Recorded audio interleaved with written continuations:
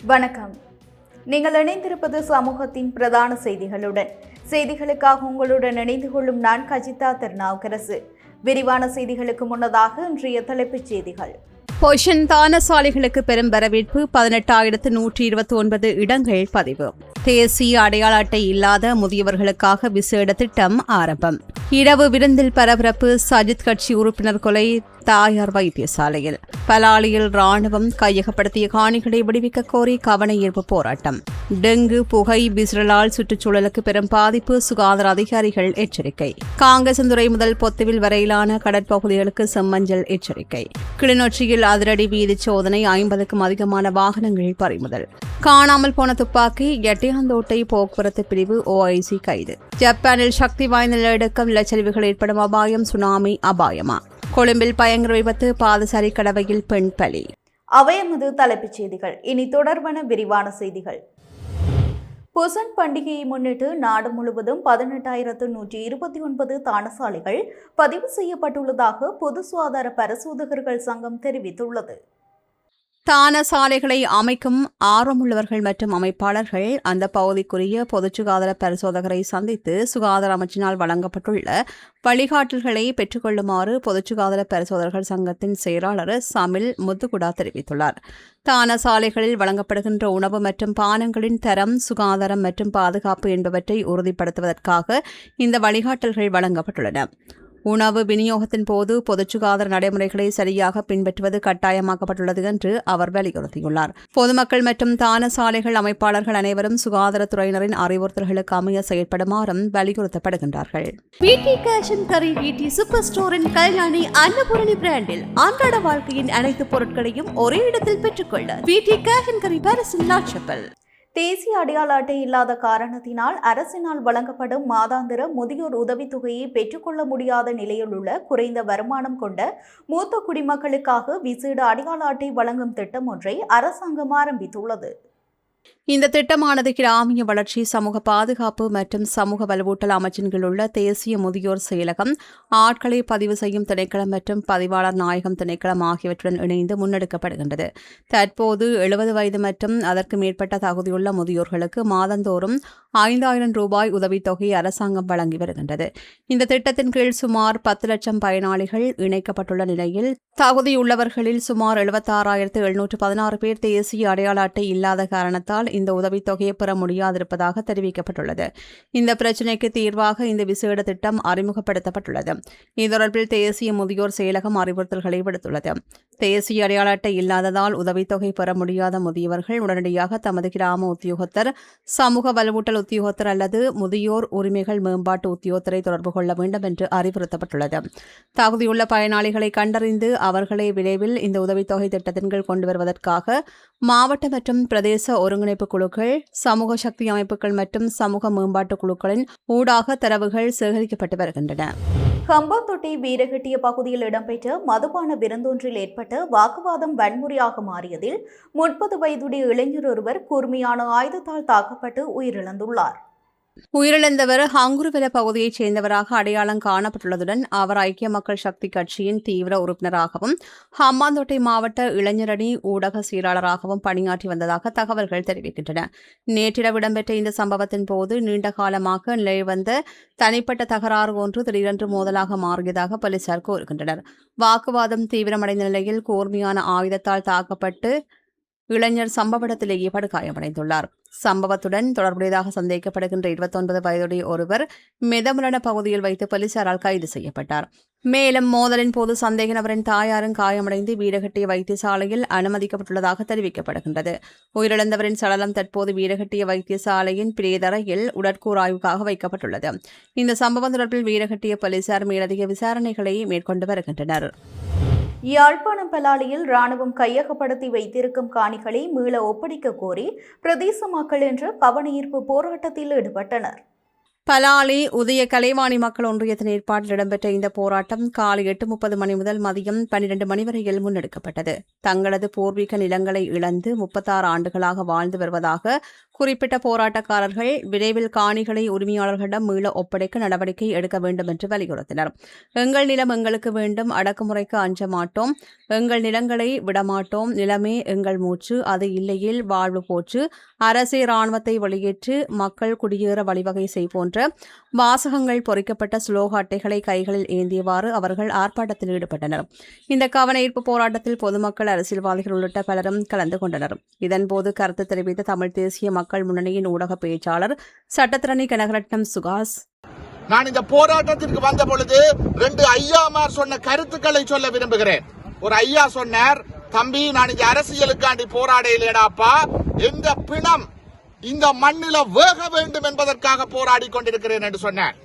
இன்னொரு அம்மா சொன்னா, தம்பி எனக்கு 3 பொம்பளை பிள்ளைகள், கல்யாணம் கட்டி கொடுக்கணும், சீதனம் கொடுக்கணும், இந்த காணி மட்டும்தான் இருக்கு, இதால இந்த பிள்ளைகளோட கல்யாணமே பிந்தி போவதென்று அழுகிறா. அப்ப இந்த அழுகைக்கும் கண்ணீருக்கும் ஆட்சியாளர்கள் என்ன பதில் சொல்ல போகிறார்கள்? இந்த மக்கள் இங்கே அரசியல் செய்யவில்லை, தங்களுடைய உணர்வுக்காக, உரிமைக்காக, வாழ்க்கைக்காக போராடி கொண்டிருக்கிறார்கள். இது ஒரு நியாயமான போராட்டம், தங்களுடைய வாழ்வாதார உயிர் வாழுகின்ற உரிமைக்கான போராட்டம். தற்பொழுது ஆட்சியில் இருக்கின்ற ஆட்சியாளர்கள் தாங்கள் ஆட்சிக்கு வந்தவுடன் தமிழ் மக்களினுடைய காணிகளை அவர்களிடமே வழங்குவதாக சொன்னார்கள்.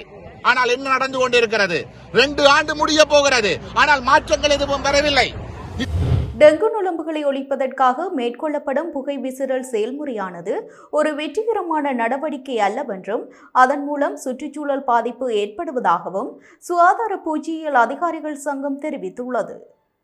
கொழும்பில் இன்று இடம்பெற்ற ஊடகவியலாளர் சந்திப்பில் கலந்து கொண்டு கருத்து தெரிவித்த அரசாங்கத்தின் தலைவர் நஜித் சுமனசேன, டெங்கு பரவலுக்கு மத்தியில் சுகாதார வைத்திய அதிகாரி பிரிவுகளினால் புகை விசிறல் நடவடிக்கைகள் முன்னெடுக்கப்பட்ட போதிலும் டெங்குவை ஒழிப்பதற்கான ஒரே தேர்வு அது அல்ல என்றும், நுளம்பு ஒன்றின் வாழ்க்கை வட்டத்தில் முட்டை, குழம்பி, கூட்டுப்புழு மற்றும் முதிர்ந்த நுளம்புகள் என்று 4 நிலைகள் காணப்படுகின்ற போதிலும் புகைத்தல் மூலம் முதிர்ந்த நுளம்புகள் மட்டும் அளிக்கப்படுவதாக அவர் சுட்டிக்காட்டினார். மேலும் ஒரு சுற்று புகை விசிறல் நடவடிக்கையை மேற்கொள்வதற்கு 20,000 ரூபாய்க்கும் அதிகமான பணம் செலவழிக்கப்படுவதுடன் இந்த பூச்சிக்கொல்லி நாசினிகள் காரணமாக நுளம்புகள் மட்டுமன்றி சூழலுக்கு உகந்த மற்றும் மகரந்த சேர்க்கைக்கு உதவுகின்ற தேனீக்கள் மற்றும் தட்டார பூச்சிகள் போன்ற பூச்சி இனங்களும் இறப்பதால் சுற்றுச்சூழலுக்கு பெரும் பாதிப்பு ஏற்படுவதாக அவர் தெரிவித்தார். காங்கேசன்துறை முதல் மன்னார், கொழும்பு, காலிமேட்டும், அம்பாந்தோட்டை ஊடாக பொத்துவில் வரையான கடலோர பகுதிகளில் பலத்த காற்று மற்றும் கொந்தளிப்பான கடல் நிலை ஏற்படும் என வளிமண்டலவியல் திணைக்களம் செம்மஞ்சள் எச்சரிக்கை விடுத்துள்ளது.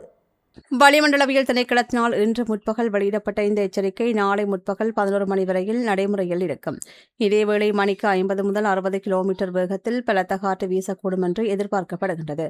சிலாபம் முதல் கொழும்பு, காலி மற்றும் அம்பாந்தோட்டை ஊடாக பொத்துவில் வரையான கடற்பகுதிகளில் அலைகளின் உயரம் 2.0 முதல் 3.0 மீட்டர் வரையில் அதிகரிக்கக்கூடும் என்று தெரிவிக்கப்பட்டுள்ளது. இந்த நிலைமை குறித்து கடற்படையினரும் மீனவ சமூகத்தினரும் மிகுந்த அவதானத்துடன் செயற்படுமாறும் வளிமண்டலவியல் திணைக்களத்தினால் வெளியிடப்படுகின்ற எதிர்கால வானிலை முன்னறிவிப்புகளை தொடர்ந்து அவதானிக்குமாறும் கேட்டுக் கொள்ளப்படுகின்றார்கள். Blue ocean group of companies இலங்கையின் வளர்ச்சியோடு உங்கள் வாழ்க்கையையும் உயர்த்துகிறோம்.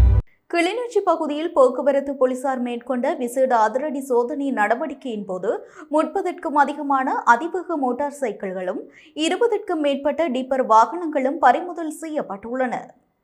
பொதுமக்கள் மற்றும் ஏனைய வாகனங்களின் போக்குவரத்துக்கு இடையூறு ஏற்படுத்தும் வகையில் அதிவேகமாக பயணிக்கும் மோட்டார் சைக்கிள்களை கட்டுப்படுத்தும் நோக்கில் இந்த நடவடிக்கை மேற்கொள்ளப்பட்டதாக போலீசார் தெரிவித்தனர். சோதனை நடவடிக்கையின் போது பல்வேறு போக்குவரத்து விதிமீறல்கள் கண்டறியப்பட்டன. அவற்றில் இலக்கத்தகடுகள் இல்லாமை, உரிய ஆவணங்களின்றி வாகனங்களை இயக்குதல், சாரதி அனுமதி பத்திரம் இல்லாமை உள்ளிட்ட குற்றச்சாட்டுகள் அடங்குகின்றன. இதனையடுத்து குறித்த வாகனங்கள் அனைத்தும் சட்ட நடவடிக்கைக்காக போலீசாரால் பறிமுதல் செய்யப்பட்டன. இதேபோன்ற விதிமீறல்கள் பொதுமக்களின் பாதுகாப்புக்கு அச்சுறுத்தலாக இருப்பதால் இனிவரும் காலங்களில் கடுமையான நடவடிக்கைகள் தொடரும் என்று கிளிநொச்சி போக்குவரத்து போலீசார் எச்சரித்துள்ளனர். இதேவேளை உரிய ஆவணங்கள் இல்லாமல் சட்டவிரோத மணல் கடத்தல் ஈடுபட்டதாக சந்தேகிக்கப்படுகின்ற 20க்கும் மேற்பட்ட டிப்பர் வாகனங்களும் பறிமுதல் செய்யப்பட்டு மேலதிக சட்ட நடவடிக்கைகளுக்கு உட்படுத்தப்பட்டுள்ளதாகவும் போலீசார் மேலும் தெரிவித்தனர். தன்னுடைய உத்தியோகபூர்வ துப்பாக்கி காணாமல் போனமை தொடர்பாக யடியந்தோட்டை போலீஸ் நிலையத்தின் போக்குவரத்து பிரிவுக்கு பொறுப்பான பொறுப்பதிகாரி கைது செய்யப்பட்டுள்ளார்.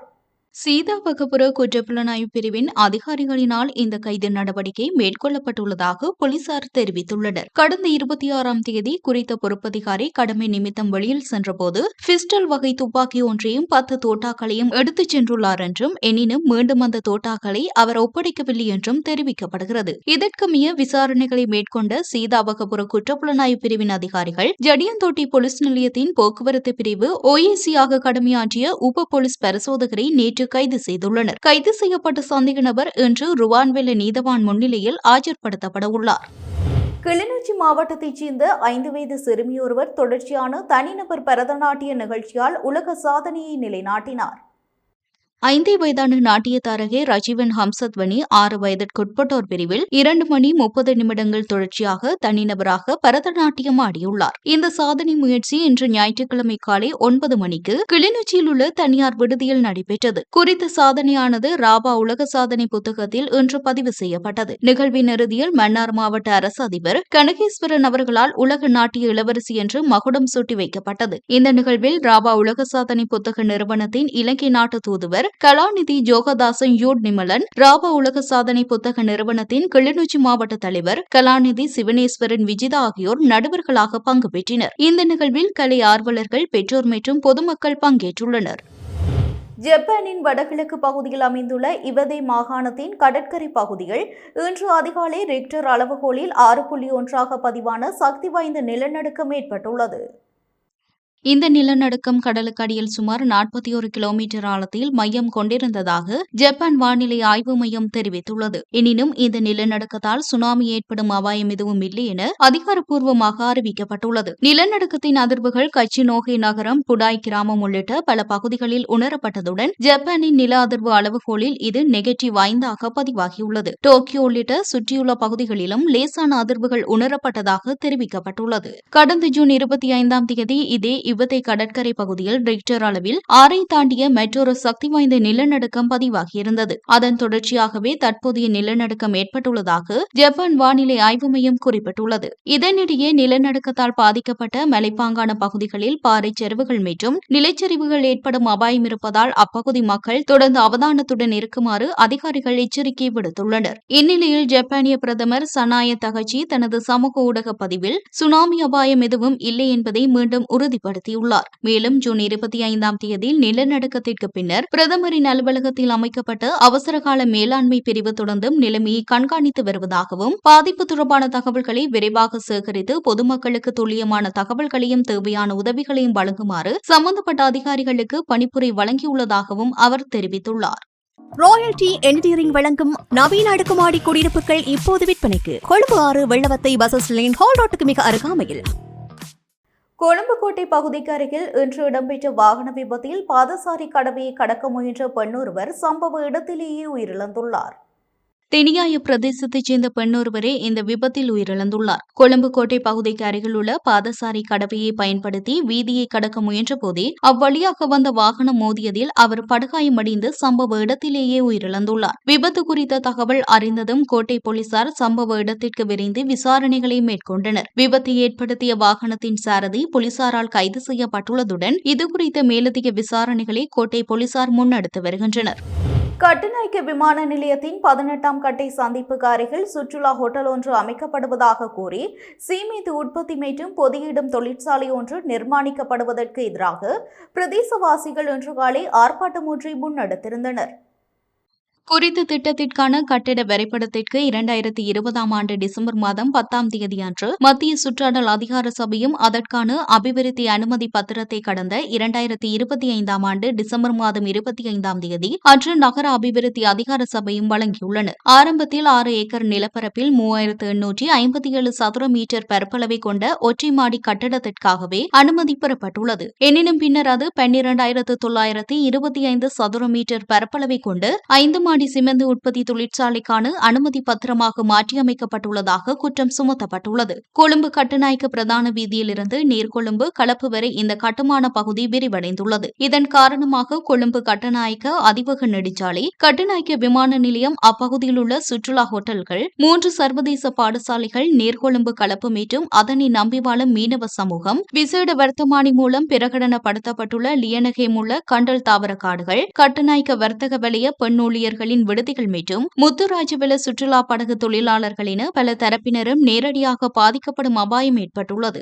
அதிக மக்கள் நடமாட்டமும் சுற்றுலா மற்றும் வணிகத்துறையும் நிறைந்த இப்பகுதியில் சிமெந்து தூசிகளினால் சூழல் மாசடைவது பாரிய சுகாதார மற்றும் சுற்றுச்சூழல் பிரச்சினைகளை தோற்றுவிக்கும் என ஆர்ப்பாட்டத்தில் ஈடுபட்டவர்கள் சுட்டிக்காட்டினர். அரசு அதிகாரிகள் முறையான ஆய்வுகளை மேற்கொள்ளாமல் வழங்கிய அனுமதி பத்திரங்களின் அடிப்படையில் நகர அபிவிருத்தி அதிகார சபையின் நிபந்தனைகளை மீறி இக்கட்டுமானம் வேகமாக நடைபெற்று வருகிறது. அத்துடன் இந்த தொழிற்சாலை தொடர்பான எந்தவொரு விபர பலகையும் கட்டுமான பூமியில் காட்சிப்படுத்தப்படவில்லை என்றும் தெரிவிக்கப்படுகிறது.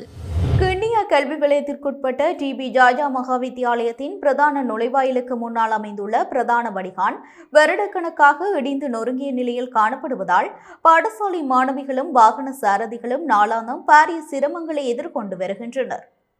இவ்விடயம் குறித்து இப்பகுதி மக்கள் மற்றும் பெற்றோர்கள் கவலை தெரிவிப்பதுடன் தங்களது பிள்ளைகளின் பாதுகாப்பு முற்றாக கேள்விக்குறியாக்கப்பட்டுள்ளதாக அச்சத்துடனும் ஆத்திரத்துடனும் தெரிவிக்கின்றனர். இப்பாடசாலையின் பிரதான வீதியை ஒட்டி அமைந்துள்ள இந்த வடிகான் கடந்த பல வருடங்களாக எவ்வித புனரமைப்பும் செய்யப்படாமல் முற்றாக சேதமடைந்துள்ளது. இதனால் பாடசாலை ஆரம்பமாகும் காலை வேளையிலும் நிறைவடையும் மதிய வேளையிலும் மாணவிகள் பாடசாலைக்குள் உள்நுழைவதற்கும் வெளியேறுவதற்கும் பெரும் சவாலை எதிர்கொள்கின்றனர். குறிப்பாக மாணவிகளை ஏற்றி வரும் மோட்டார் சைக்கிள்கள், முச்சக்கர வண்டிகள் மற்றும் ஏனைய வாகனங்களை பாடசாலைக்கு முன்னால் பாதுகாப்பான முறையில் திருப்பி எடுப்பதற்கு போதிய இடவசதி இல்லாதுள்ளது. சேதமடைந்த வடிகானுக்குள் வாகனங்களின் சக்கரங்கள் சிக்கொண்டு விபத்துகள் ஏற்படும் அபாயம் நாளாந்தம் நிலவி வருகின்றது. இந்த அவல நிலை நேற்று இன்றோ ஏற்பட்டதில்லை. பல வருடங்களாக இந்த ஆபத்து நீடித்து வருகின்றது. பலமுறை அதிகாரிகளின் கவனத்திற்கு கொண்டு சென்றும் இதுவரை எவ்வித நிரந்தர தீர்வும் காணப்படவில்லை. அசம்பாவிதங்கள் ஏதேனும் ஏற்பட்ட பின்னர்தான் அதிகாரிகள் விழித்துக் கொள்ளப் போகிறார்களா என அப்பகுதி மக்கள் கேள்வி எழுப்புகின்றனர். இத்துடன் நமது பிரதான செய்திகள் நிறைவடைகின்றன. தொடர்ந்தும் சமூகத்துடன் இணைந்திருங்கள். வணக்கம். எமது RIP பேச்சுக்கு கிடைத்த மரண அறிவித்தல்கள்.